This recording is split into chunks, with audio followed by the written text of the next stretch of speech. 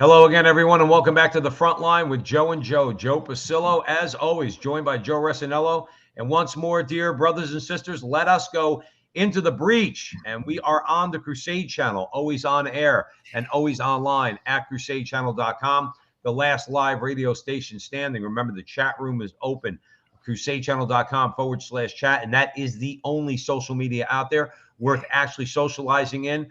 We would ask all of you to help us out any way you can. So if you see us on social media, whether it's Facebook, YouTube, Rumble, Gab, don't care what it is, wherever you can help us, hit something that's going to get our message out there. Remember, it's a very good point that I heard made by another person that out there on social media, which was that, these big tech companies, Joe Resinello, they're not helping us.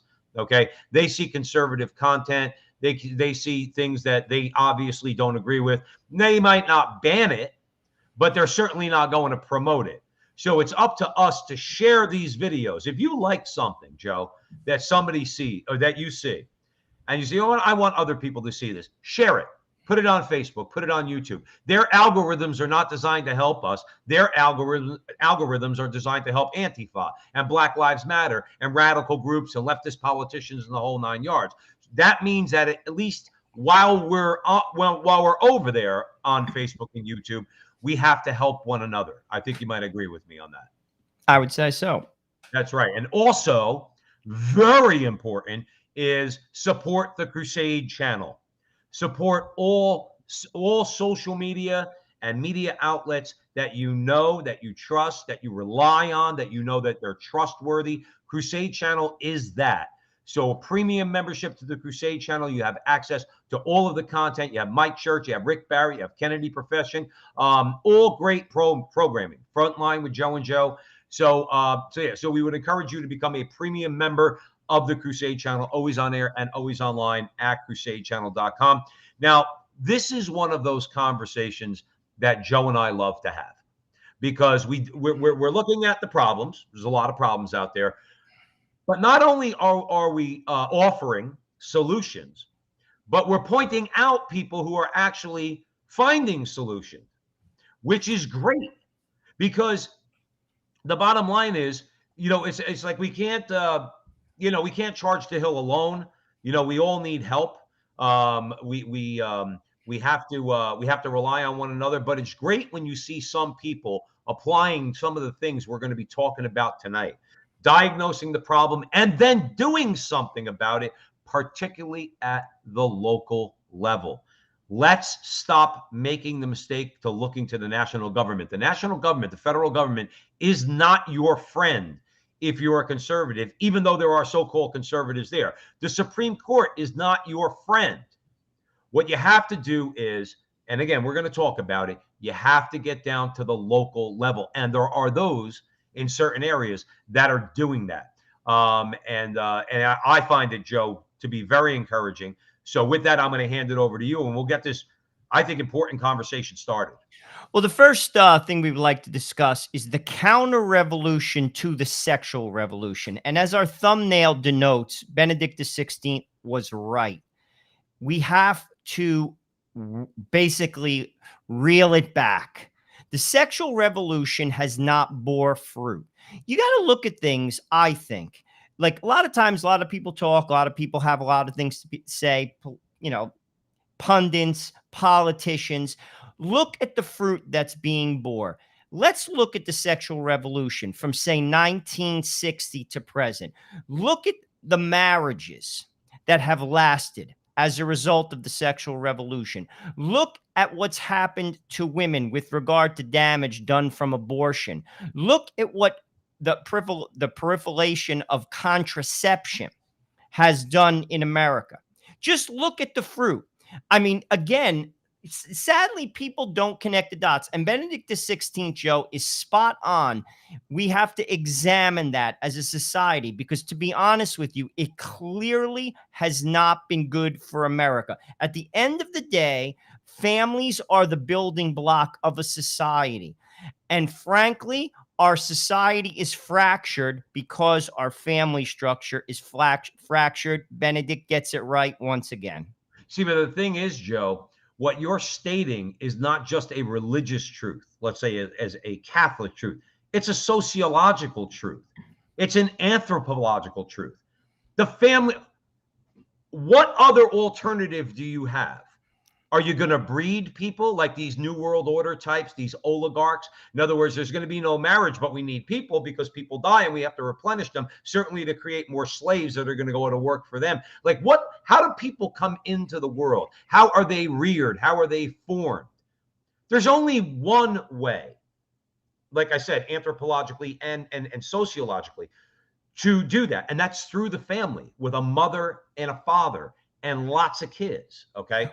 But the left, they just deny that reality. And it's, you see, the thing is, but you cannot deny the consequences. I always say this, how's it working? You don't have to look far. You really don't. You look in your neighborhood, you look in your friends, you look at your friends, you look at your family. It's not working. It doesn't work. Joe, can I offer an idea here for a second? Sure. It is working for them. Those who want to destroy the family, Joe, have an agenda.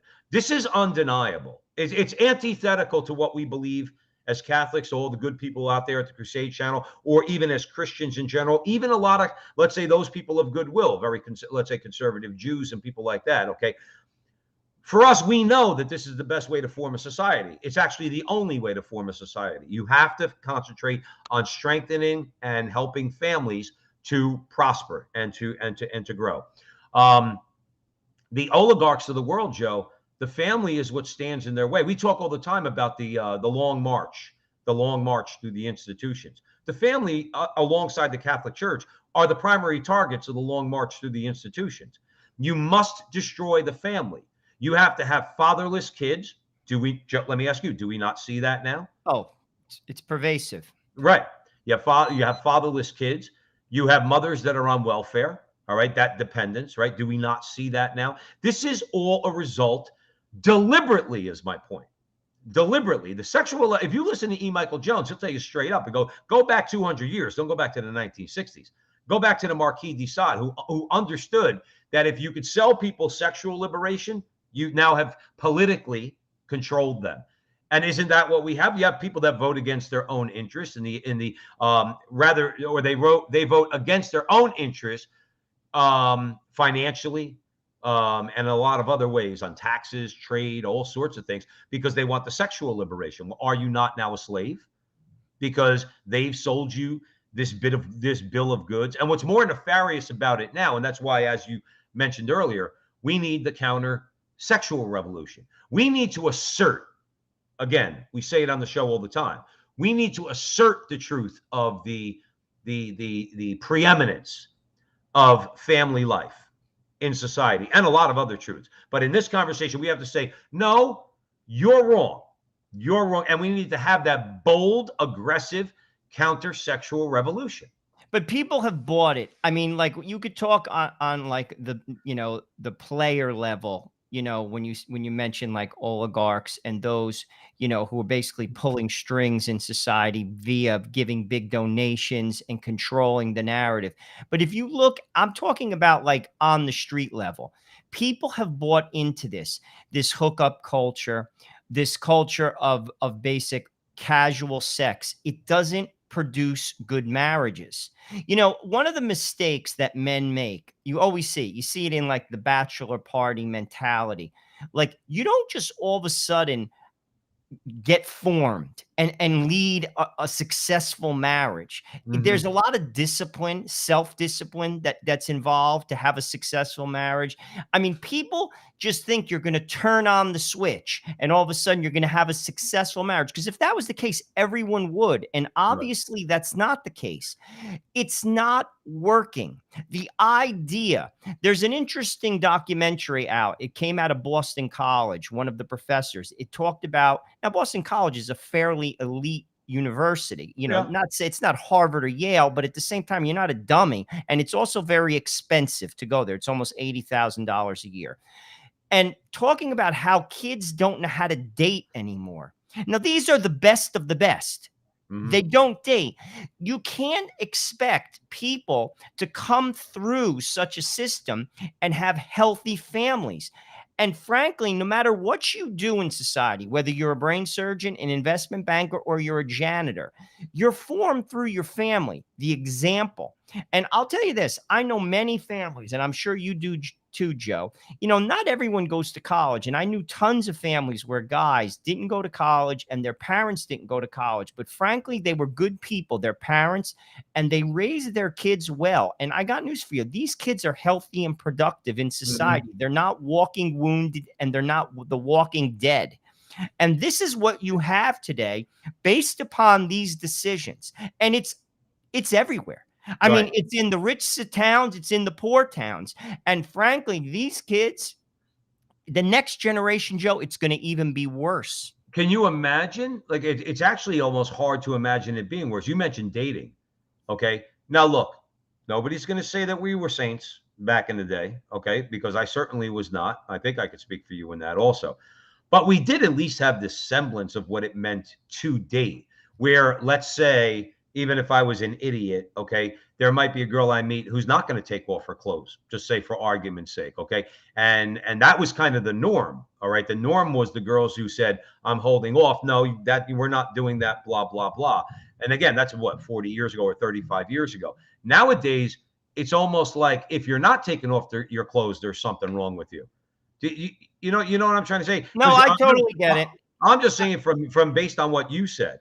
It's so ingrained. We had someone here. This was a couple of years ago. It was a friend of a friend, and I would never invite this person back into my house. All right, saying like things like, "Well, no, sex is a rite of passage." Well, you drank the Kool-Aid, sister. You drank the Kool-Aid. What are you talking about? Sex is a rite of passage? No, marriage. Marriage is the rite of passage. You get older, you meet, if you're a man, you meet a good woman, okay? You court them, you date them, all right? And then you get married and have children. I went to a wedding over the weekend. I'm not idealizing my family. All families have problems. My little cousin got married over the weekend to a great guy. He's 31, she's 29. He's a hardworking dude. She's a hardworking girl, all right? Beautiful wedding. We went out to Pennsylvania, and the bottom line is this, okay? I know in my heart that's going to be a long-lasting marriage. They actually gave me the honor of, they asked me to come up and say grace.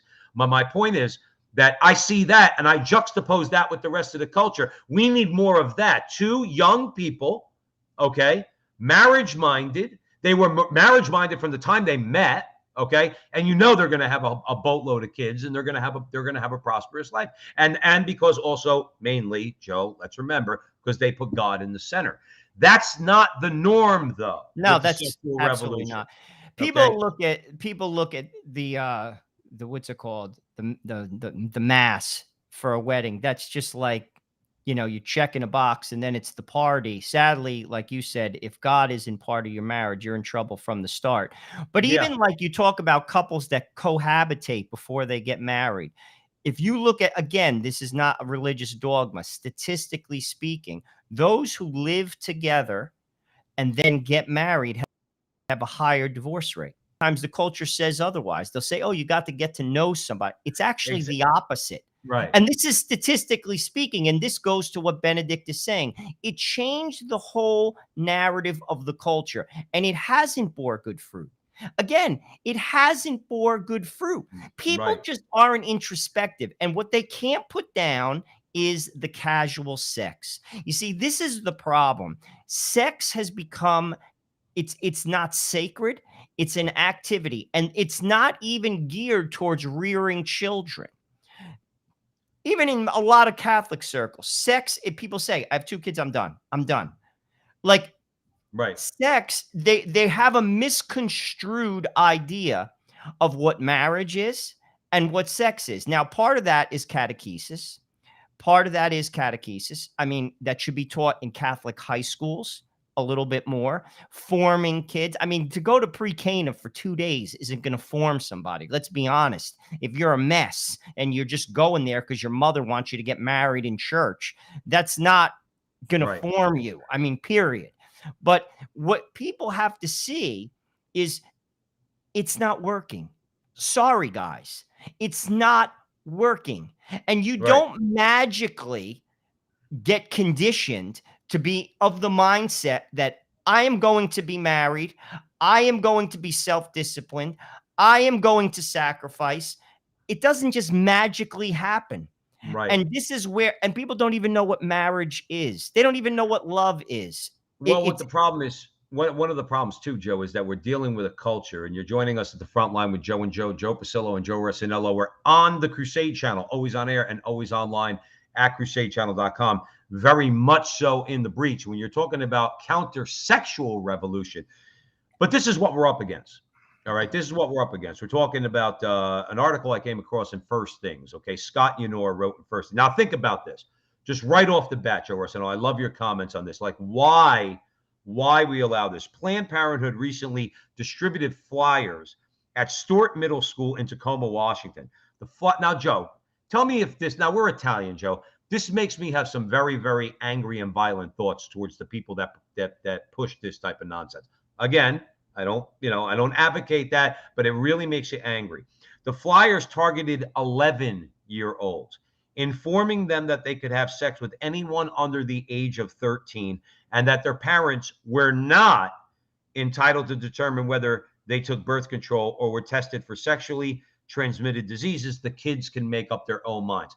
Now, whose fault is this that Planned Parenthood is allowed to do this?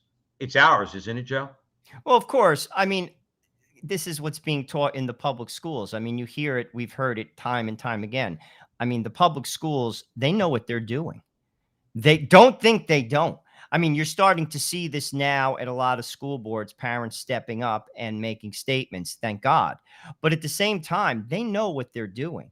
Right.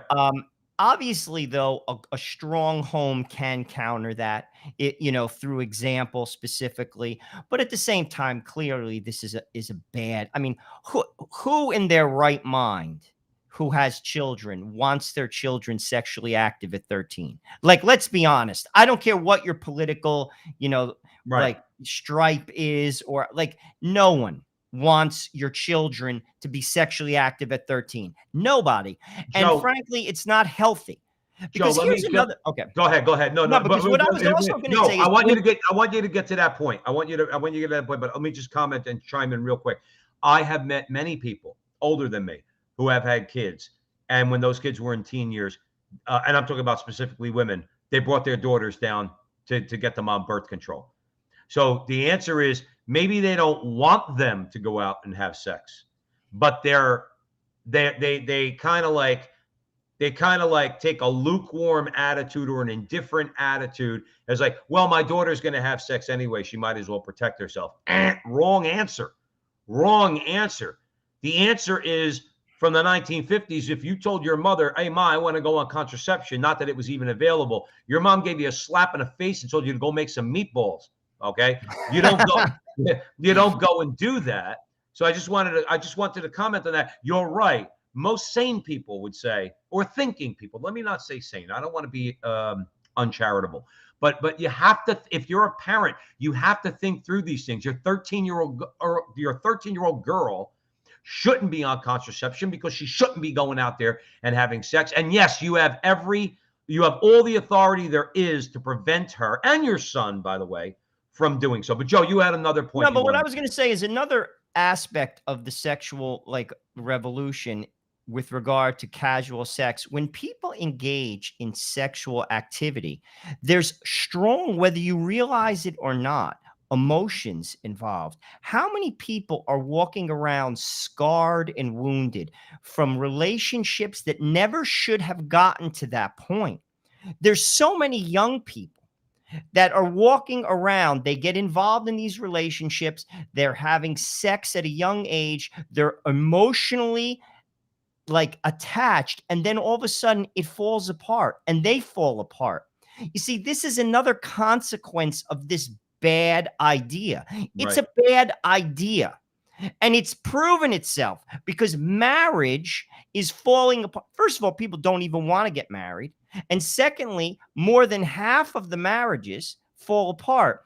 And frankly, and this is another thing, I have kids. It's not natural for children to basically experience a divorce. Children, when that happens, and I've seen this with people I've grown up with because I have friends my whole life, something in a person snaps, it changes. There's a deep hurt. It's not natural. And we're living in a society, and this is rich people and poor people, intelligent people and simple people. They're walking wounded. They're the walking wounded. And this is all a byproduct of the sexual revolution. Yeah. And it's no good. But this, getting back to your article in First Things, he gives some suggestions, and we're here to offer suggestions. We all know the problems. Joe mentioned one of them with regard to informing young children who are having sex, but he gives a number of suggestions with regard to what people should do. One of them is, this is what he says. He says, public symbols are powerful. We need to celebrate enduring fruitful marriages, and we should honor parents who have raised children to responsible adulthood. How do we do that? How about in movies? How about in our legislation? We basically reward people, because here's another fact. This is not a dogma. It's a fact. In the United States of America, poverty is basically, to stay out of poverty, and I've noted this on this show, you need 3 criteria. The first is a high school education. The second, and James Carville, who's a Democrat, has echoed this, get married and stay married. You marry one person and you stay married. You get divorced, you have to pay for 2 tables. You have to pay for 2 rents. It's one of the factors of poverty. And the third is work. Right. In the United States of America, if you have a high school degree, you get married and stay married, and you work, you will not be poor, and your children will not be disadvantaged. Joe, let's take it in a little bit different direction, but maybe not completely different direction. But think about what the oligarchs want. You just mentioned marriage. Get married, a loving, committed relationship. Okay, we've said before on the show, if you're a mother and father and you have numerous kids, okay, you're a threat to the establishment, because you know what you'll do that other single people don't do, or sexually liberated people won't do? You're going to knock on your boss's door and ask for a raise. You're going to complain about your taxes, okay? Because they're bleeding you dry. You look at that money and you say, that money I'm wasting in my taxes could go to my kids, their education, a shirt on their back, whatever the case might be. So marriage is under attack, but that's deliberate, because that's what the oligarchs want, because they need dependency on the federal government. Okay. High school education. I've said this, I've given this example a million times. My father graduated Barringer High School in 1953, a year before your father graduated Barringer High School in 1954. Those guys were better educated coming out of Barringer High School, a Newark public high school, in the 1950s than most college graduates are now. They knew how to deal with life coming out of high school. That's why education has been under attack, because again, what you said, Joe, was true. Get married, get a high school diploma. Okay. Those 2 things are obviously under attack. Even if you do have a nice high school diploma, many times you're not equipped for life. You don't even know how to do math in some school districts. Okay. You don't know basic grammar in some school districts. Okay.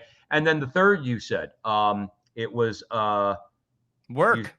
Work. Joe, there's 1 million jobs available out there right now that nobody wants to take, because the government deliberately is keeping people on the public dole so that they could create the dependency they need for political power. My point is, I'm substantiating what you're saying by saying that's exactly why these things are under attack, because what it does is it translates into political power for those who would seek to destroy those things. Would you agree with that? Well, I'll tell you this. I mean, here's the thing also about staying married.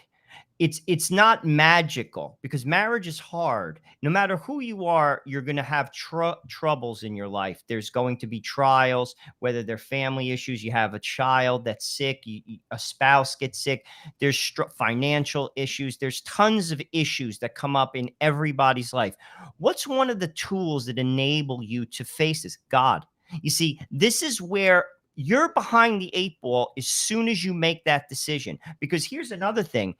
As we all know, in marriages, you're 2 adults. The 2 don't become one in a second. It's like 2 raging rivers have to basically connect. There's a very important word. It's called reconciliation. Religion teaches you to say these words, I'm sorry. You see, this is another factor. The God factor in marriage is the glue. Also, when you get married and you take it seriously, I'm making a vow before God. If you take that serious, like meaning the two become one and it cannot be divided, I know that I'm linked to this woman forever. It's forever. Mhm. And that'll prevent you from doing things.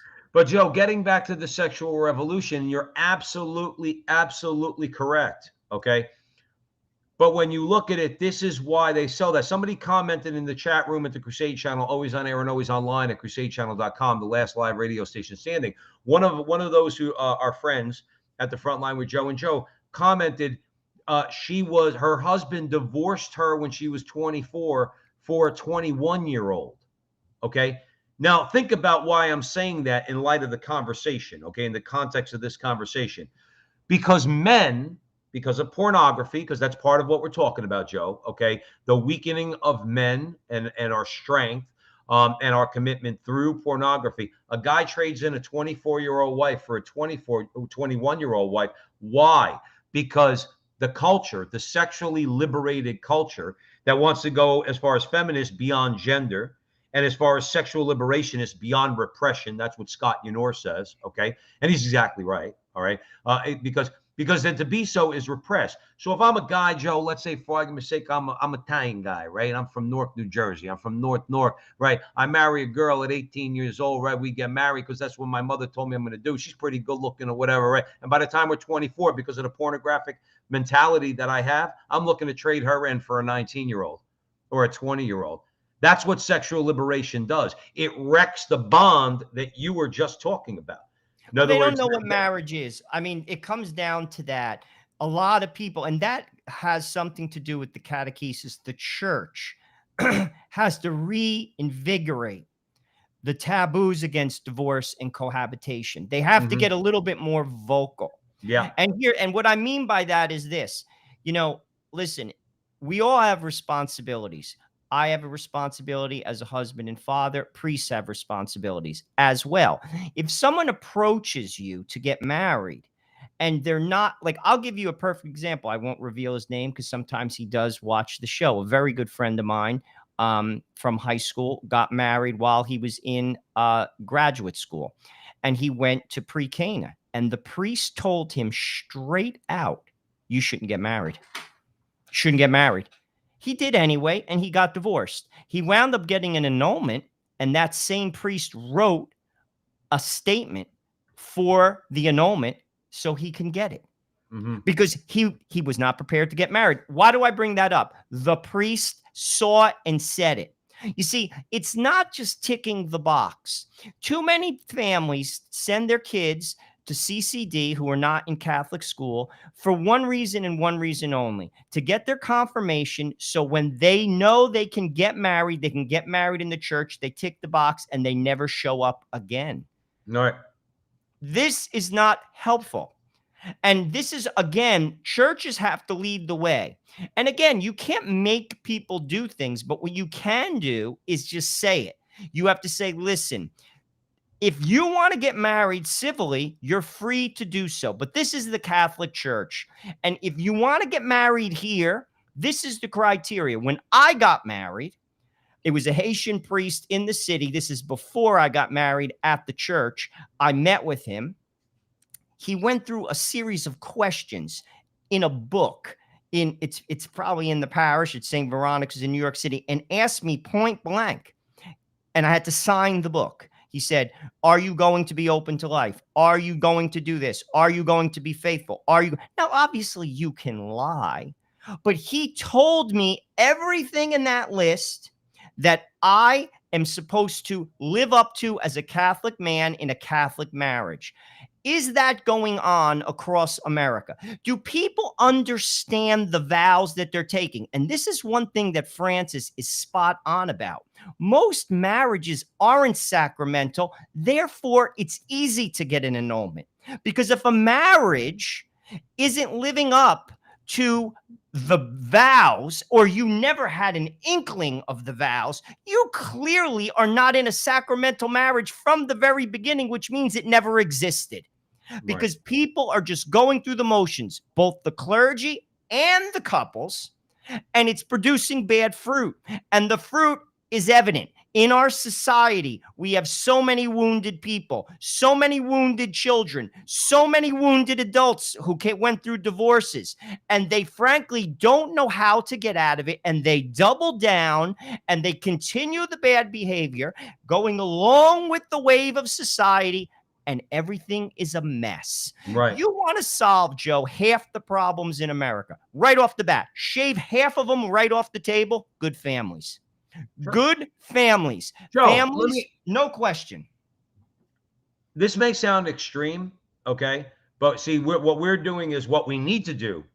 What we need to do, particularly as Catholics and vocal Catholics at that, King, Dude, Barrett, we all know what the deal is. The best way I could describe this, when you say bad fruit, when you see all those black kids in Chicago dying at the bad end of a bullet, when they're getting shot up by other gang members, don't blame racism.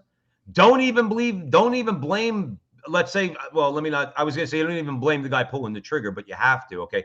But if you wanted to search for the root cause of that, the sexual revolution and the contraceptive mentality, fatherless homes. that's what leads, not led. That's what's led to thousands and thousands and thousands of young black men just in Chicago alone dying because those kids' fathers imbibed the sexual revolution.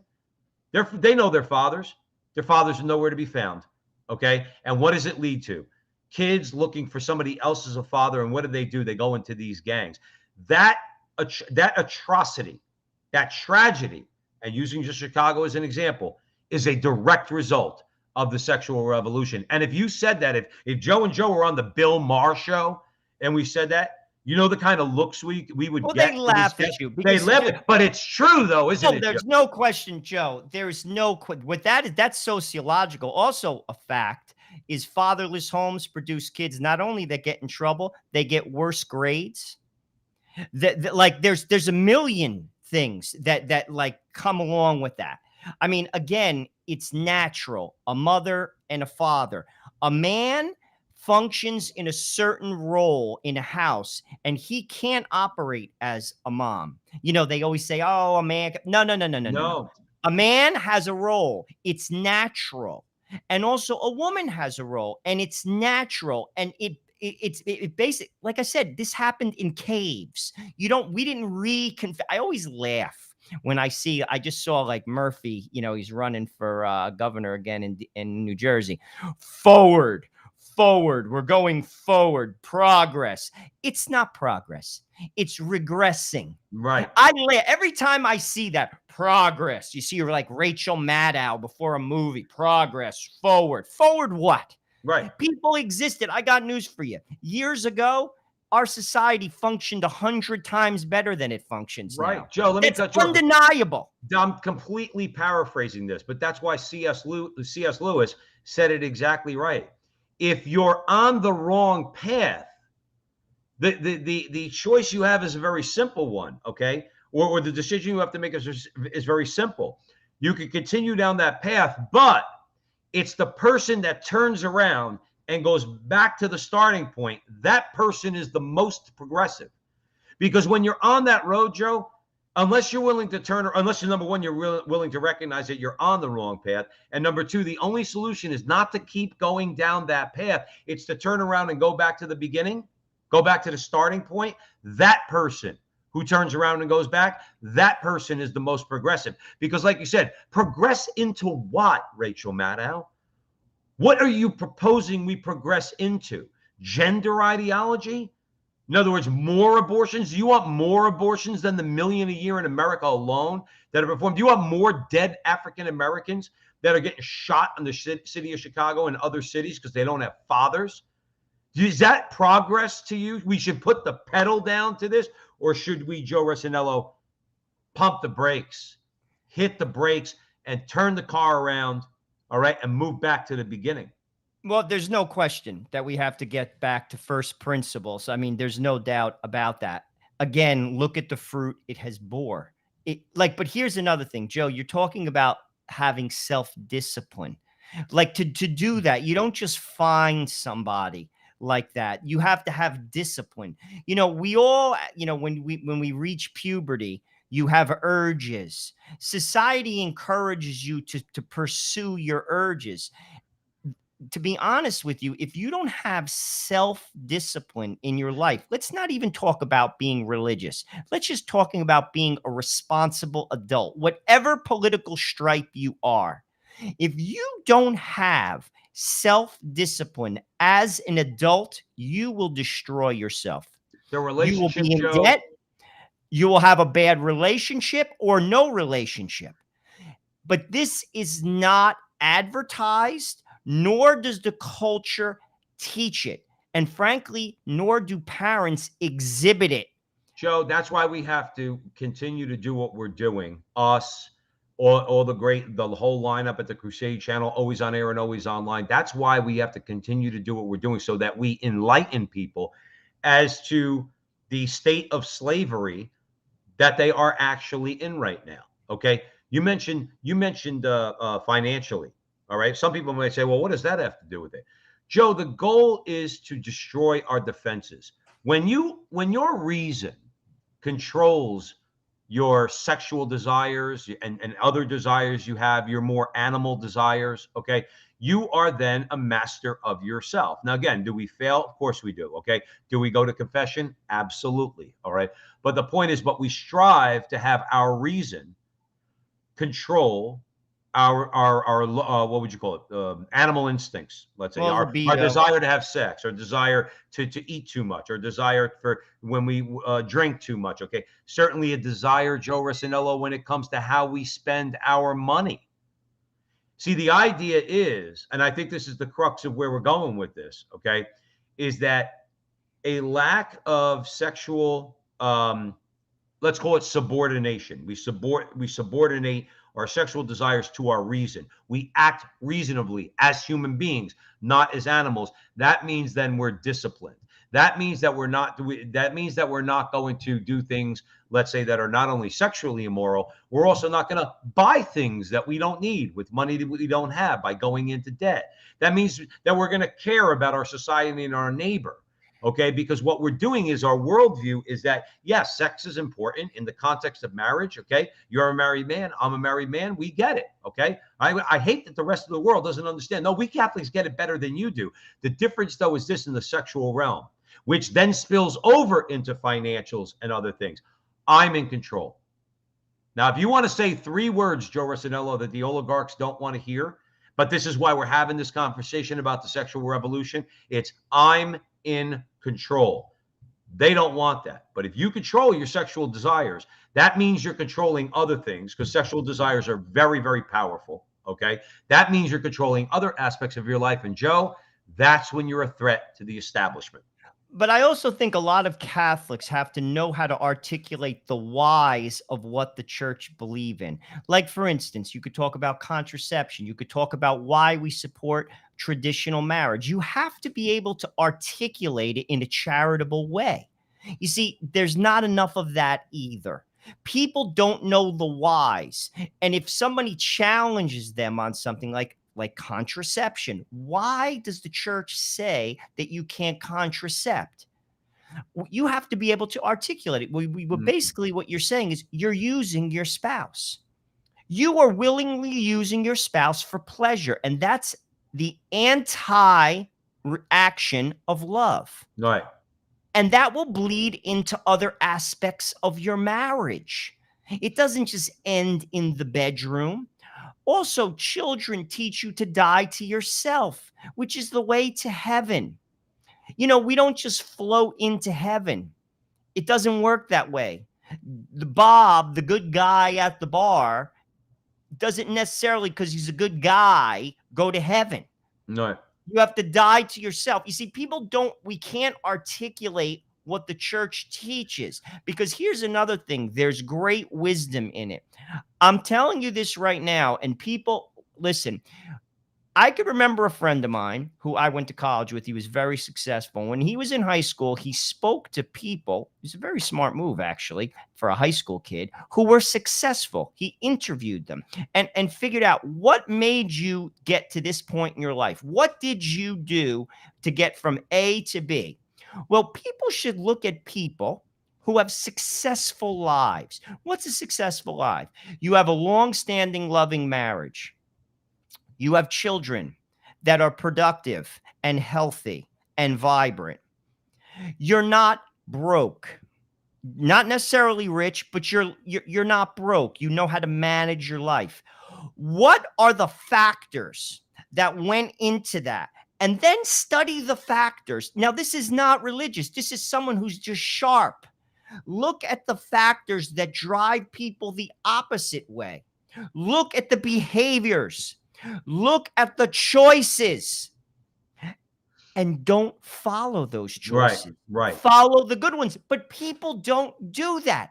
They almost turn off their reason. And these are smart people. They turn off their reason as if that same behavior isn't going to happen to me. I'm doing the exact same thing as everyone, excuse me, who has failed. And somehow magically I'm going to miss it. I'm not going to get hurt by it. Wrong. That's not what people delusion. do. Joe. Right. No. People do it for the reason that you said earlier. Look, I said this. Pornography, the sexual revolution, the temptations there are all so very, very powerful. That's why those who seek to control employ the sexual revolution and pornography and everything else, because it is a means by which that they can control you. Okay. What we do need though right now, Scott Yenor says, he goes, the sexual revolution. I thought this was so important. I love your comments on it, Joe, on the Crusade channel, always on air and always online at crusadechannel.com. The sexual revolution rolls over those who object feebly. See, we're not objecting feebly. I'm ready to fight them tooth and nail. Okay. No matter what it takes to get this sexual revolution out of our schools so that we could form our own children. We'll hopefully have enough time on the Crusade channel tonight to get into a little bit of that and what's going on, the pushback going on out there, okay, is that we're not objecting feebly. We are objecting strongly is what we're doing. The answer is no, going back 3 years on the front line with Joe and Joe that we've been saying all along. The answer is no. Well, why? I don't have to give you a reason why. You want to sexualize a 5-year-old? And I have to give you an intellectual defense as to why you should not be allowed in the public schools, just using that as an example, to sexualize a 5-year-old kid or an 11-year-old kid? The answer is no, but they bank on feebleness, Joe Resinello, and that's what we cannot be. That's what we cannot be. Clearly, we have to be vocal. Clearly, we have to vote based upon issues, not political ideology and tribe, but also it has to be lived. We've said this on interviews on the Veritas Catholic Network and on this show. How many Catholics are living what the church teaches? There is nothing that says no to the sexual revolution louder than a family that lives a pro-life message. I'm telling you this right now. It speaks volumes. I see it when I go up for communion at my local church. People look at my family. I see their faces. People don't have children. Boom, boom, boom, boom anymore. It doesn't work that way. Right. They're not living what the church teaches. People, that says everything. And if the church, first of all, that's why the church, as in the voice of the church, has to be a little bit more vocal. They still can't make people do it. No. But they have to say it a little bit more. They have to form people better. But families have to form their children based upon their example. And here's another thing that's formed in those type of families. Sacrifice is baked into the family. It's because it's lived every day. If you have 6 kids and there are 6 pork chops, everyone gets one because we don't have another one. It's lived. You see, we live in a society where our children are spoiled rotten. And that carries through their whole life. And then when it comes to marriage, they're not willing to make the sacrifices that God calls them to make because they never had to, nor are they willing to. Yes. And this is what, again, is a product of this failed idea. It's failed. Right. It has failed us as Americans, and people won't put it together. And I'm going to tell you why. Because they like their pleasure, Joseph. You could even have a conversation with someone and they'll agree with everything I just said, but they're not willing to put down that pleasure, or they're not willing to be alone. Because when you're alone, you're also alone with your thoughts, and it scares them. Right. So they chase after crap. They base their life on crap. And in the end, their life turns into crap. Well, listen, look, we you and I, we know, we've heard the story a million times, and the reason why it's a powerful story, the most, in my view, that Jesus ever talked about was the prodigal son. Joe, people have to learn. I'm not judging, because I have. At times you have to be the prodigal son because of your own choices, by the way. Remember, it was the prodigal son's own choice to go to the dark place, to take his old man's money and to go into the dark place. Because why, Joe? Come on, let's talk frankly here at the Frontline with Joe and Joe on the Crusade channel. He wanted to get laid. He wanted to party. And he knew his old man had money. So he could go there. He could have a great time until he was feeding the pigs. And people need to get to the point where they're feeding the pigs. Now, why do I bring that up? Because we are, Joe. We're at that point. You said it yourself. If you want to see the prodigal son feeding the pigs in America, just look at the culture of death. Look at the bad fruit that you mentioned earlier, the destruction of families, okay, the divorce rate, the kids shooting each other because they don't have fathers to tell them, you go out on the street, I'm going to disown you. You stay in this house and go read a book, or else I'll slap you in the face. That's what my father told me, and I was not the most disciplined kid. But at least I got through school, and I actually consider myself to be an educated person because my father told me, I'll knock you out if you think you're going to go do that kind of nonsense. Now, I know I'm being a little bit dramatic, but my point is that the bad fruit is all around us. But I do, because we probably, Joe, have about 10 minutes left, 8 to 10 minutes left. Again, solutions, okay? Scott Unor, I would recommend the article to anybody. Joe, where was that? First Things, right? Correct. Yeah, good article. There's a lot more to go into. All right, Joe and I here at the Crusade channel, we only have about an hour. But Tim Gordon, who we like a lot, he's a friend of the show, okay? He wrote an article recently in Crisis about subsidiarity. And I think, Joe, that when we talk about these things, a lot of people say, what am I going to do? What am I going to do? What am I going to do? If you looked at or understood the principle of subsidiarity, you know what? You'll find out there's a lot you could do. I'm going to hand it over to you, Joe. First, define subsidiarity is basically, let's define it. It's basically handling the things at the most local level. Right. That's basically, what, and I'll just give an example of that. What does the federal government know about, say, education in Atlantic, Iowa? Nothing. Atlantic, Iowa could be very unique. I've been to Atlantic, Iowa. I'm just saying, I'm picking that as a place. I've actually been there. It's on the border of Nebraska, driving through Council Bluffs. It's a small little town. It's very different from where I grew up in North Jersey, 10 miles from Manhattan. My educational needs in New Jersey might be very different than, say, the educational needs in Atlantic, Iowa. So why would the government make an overarching decision for both New Jersey and Atlantic, Iowa, when it's absolutely, they would have no idea because they're not in the weeds.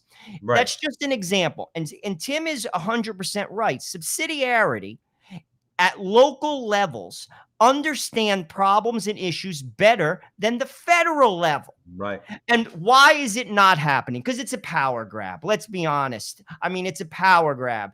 They're not interested. You see, what you're seeing now in this particular, Biden deal is this is about ideology changing. They're trying to build America better.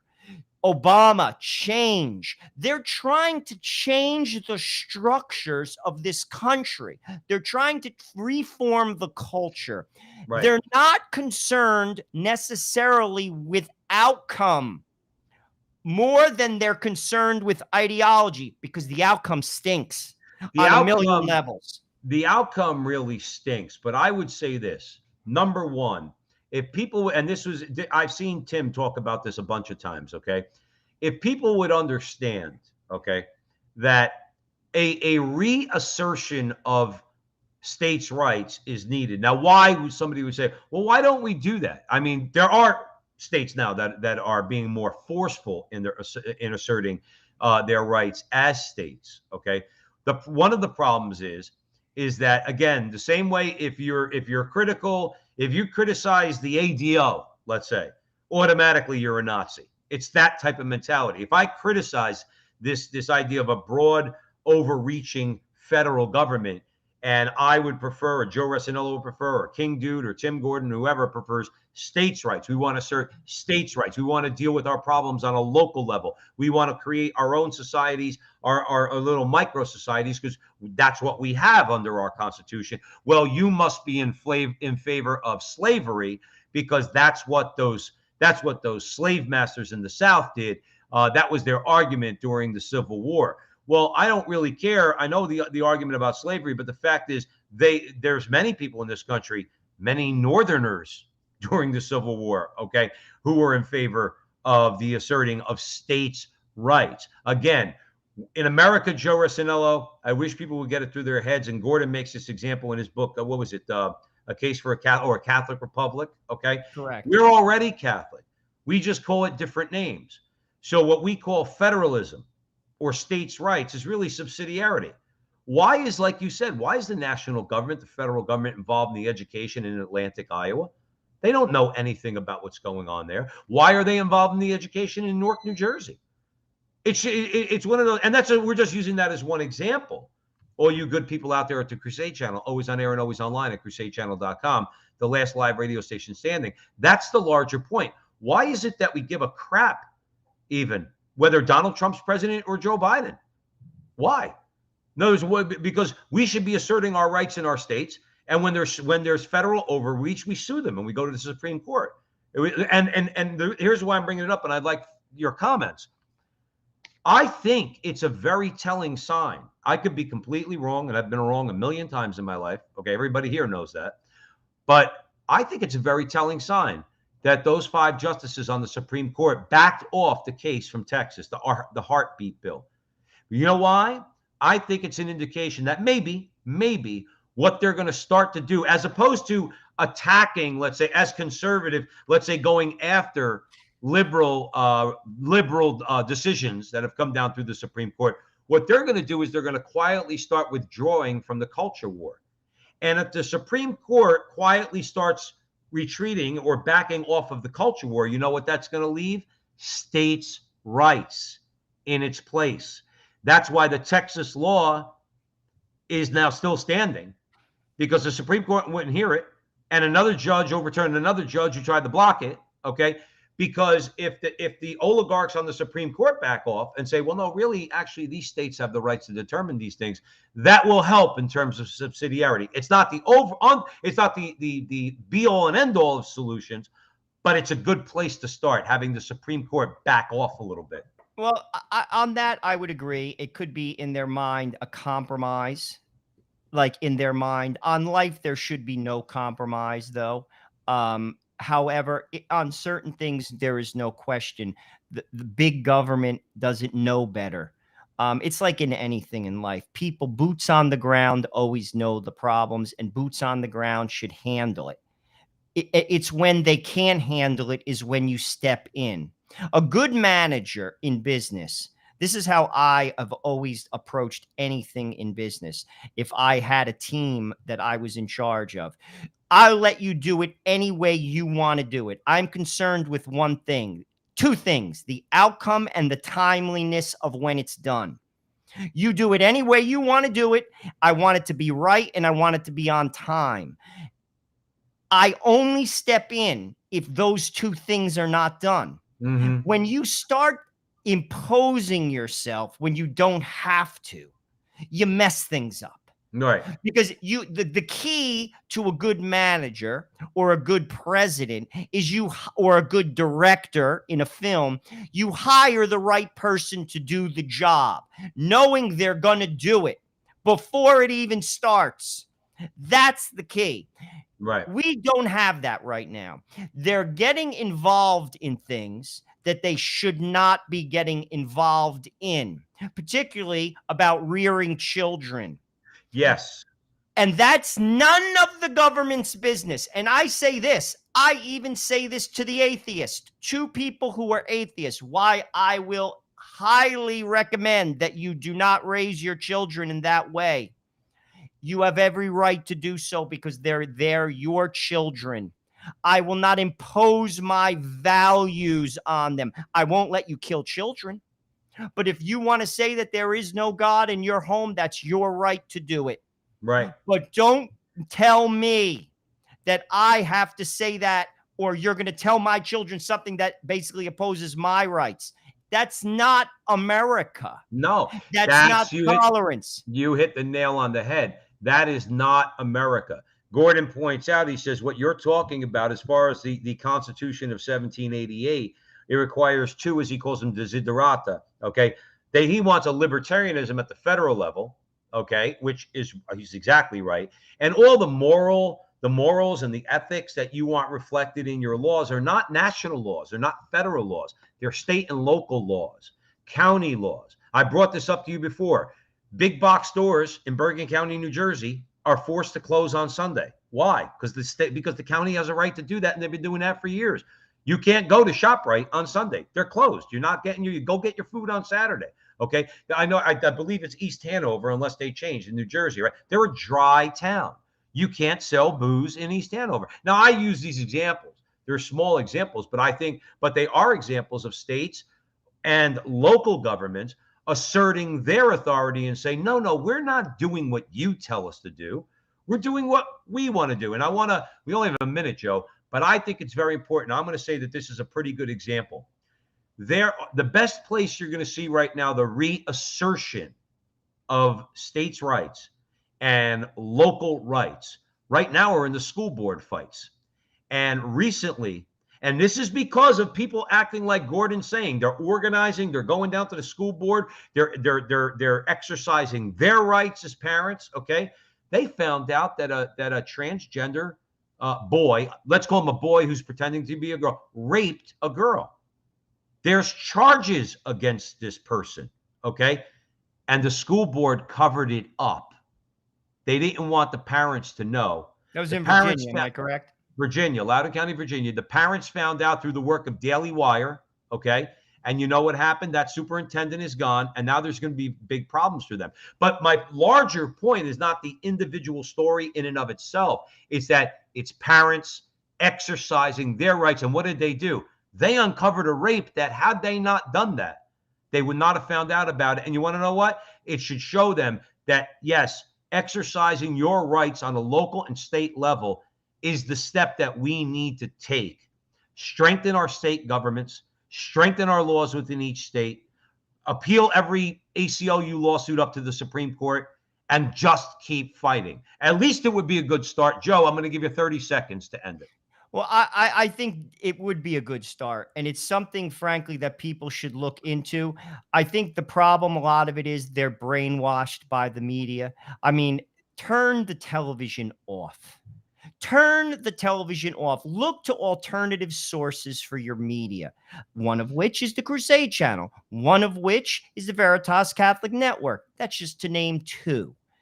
Turn off the television and stop listening to the nonsense, because I got news for you. It's all agenda driven. It's all to basically push you in one direction or the other. And most of the times those directions aren't good. And most directions, they don't lead to truth. It's about the truth, and it's about standing for the truth. And subsidiarity is a good start. Look into it. Thank you all for joining us here at the Frontline with Joe and Joe. And you heard us on the Crusade Channel, your home for the Mike Church Show, Crusade Channel News, the Barrett Brief, and the Kennedy Profession from sun up to sundown. The Crusade Channel is the last live radio station standing.